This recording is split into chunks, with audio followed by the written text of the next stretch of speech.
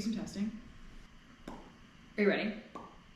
Hello, everyone, and welcome back to Touche the Podcast, episode 41. I'm here with my lovely co-host, David. Woo woo! Episode All of Us Strangers, as you saw on my calendar. Yes, was it good? Oh my goodness. So I'm not going to go into a deep synopsis. I will say, amazing movie. I would suggest everyone to watch All of Us Strangers. It's coming to Hulu. Paul Mescal and Andrew Scott are the two leads. Love them both. All of Us Strangers swept in the British Critic Awards. I bawled my eyes out. I was in the theater with everyone crying. It is hands down one of the saddest movies I've seen recently. I don't want to see any more sad movies. No, honestly, if you don't want to see a sad movie, don't watch it. Have you ever played poker? I have played poker. I found out this weekend. It was my first time ever playing poker this weekend, and you know, it's actually hard. It's very hard. It's very hard. Were you playing with real money? No. Oh my god, thank God. Because every 2 seconds I had to be like, wait, how much do these chips? Mm-hmm. You know what Anyone has known me from when I was 18. Okay. I went to a casino on my 18th birthday. And that was the first time I gambled. Shut up. And yes, all my high school homies who are listening to this right now were there with me.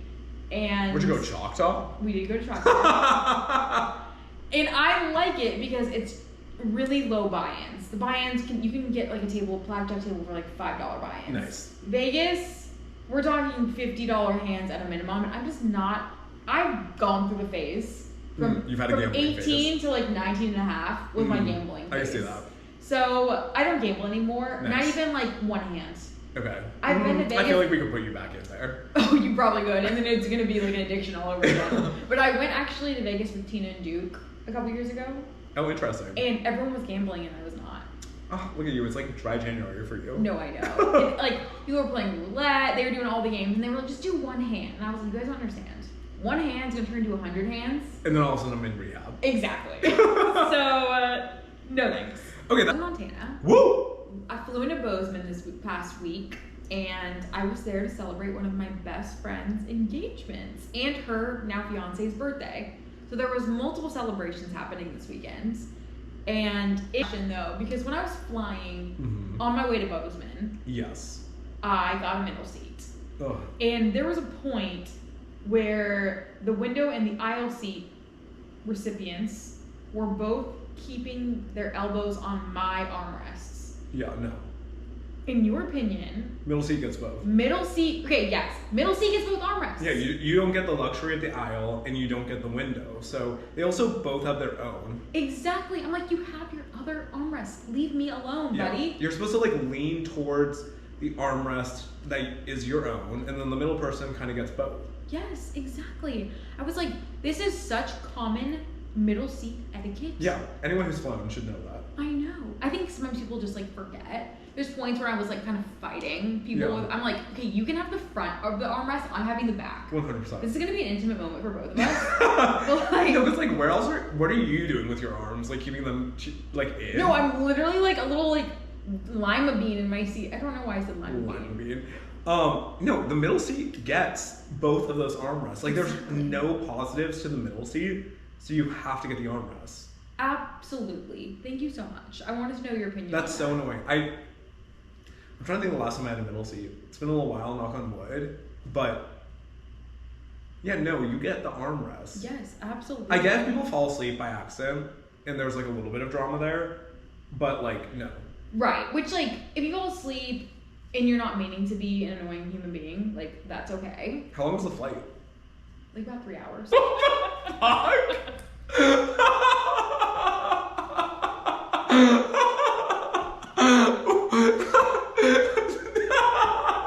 What are you doing? Signing a yearbook? Like, Lilas. Like, shout out to all the Grammys. Like, what is going on? I like to thank Elizabeth Janae and Duke for getting me to where I am. I'm red. I'm sweating. Me too. That was so funny. Oh my god, shout out to Now that we're here, shout out Janina, Sheila.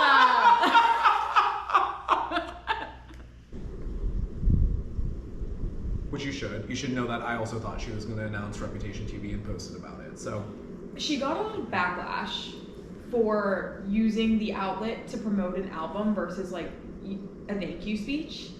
And for some reason that like really bothered me because I was like, everyone quit being so effing soft.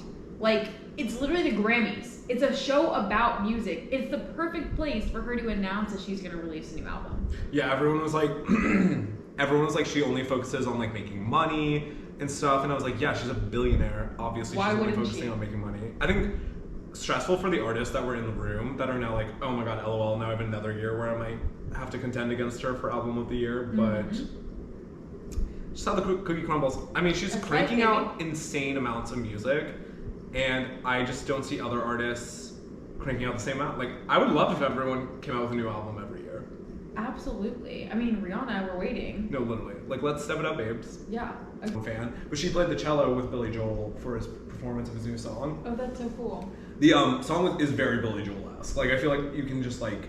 No, I feel like I'm jealous of people who got to grow up with Billy Joel as, like, their premier artist in their life. But I have heard a lot of feedback that people who listen to it, it's like people who are like our dad's age, our mom's age, are like, it's taking me right back to when I was 20 years old, listening to Billy Joel sing this. Yeah. So, okay, sharks are one thing, but you know what my new unlocked fear is? What? Grizzly bears. Both apex predators. We got some of those down the street, babe. Okay, I'm not talking about the grizzly bears out on Cedar Springs. I'm talking about the grizzly bears that live in Yellowstone, okay? Okay. Did you see any? No, because they're supposed to be hibernating right now. Dude, apex predators is like such a good word. I know. That was like a good one. Like, thank you. No, it's just like a part of my vocabulary. that's how we get it. You're a word girl. It's also a song in Mean Girls the musical. Apex predators? Really? Because Is Regina George? If I'm gonna be any type of predator, I want to be an apex predator. Yeah. So they are big ass bears. B-A-B, baby. They're babs.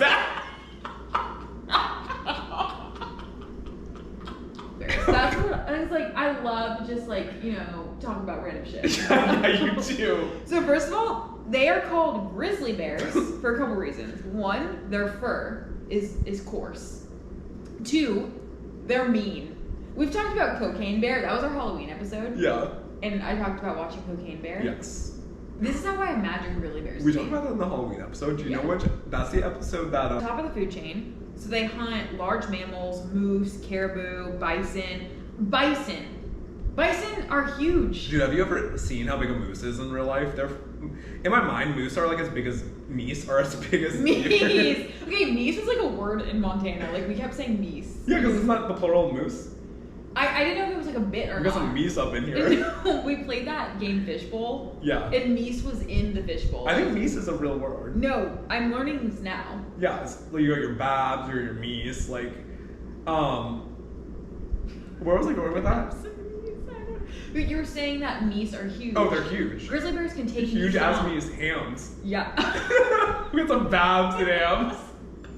Hunt very large creatures. They're also very opportunistic eaters. So they eat berries, they forage, they like eat razor clams, grass, they go fishing in the rivers, they eat salmon. The problem with grizzly bears is no one is safe. They'll eat your berries or they'll eat your meese. Like, that's how it is. That's crazy. They're huge. Mm-hmm. They are huge. Mm-hmm. They can stand, like when they're on all fours, they're not that tall. Okay. When they stand, some of the males can be up to like 10 feet tall. That's can crazy. you imagine? That's hot. And on top of that, they can run 30 miles per hour, David. Do you understand how fast they're always just like mumbling in the background? Superstars. Varsity track, baby. No, I know. And outrun them. Like, honestly, in most cars, like, I'm not even stepping on the gas fast enough to get away. Their claws can be as long as human fingers. They slice you, they fillet you with those claws. Yeah. And they just eat you alive, baby.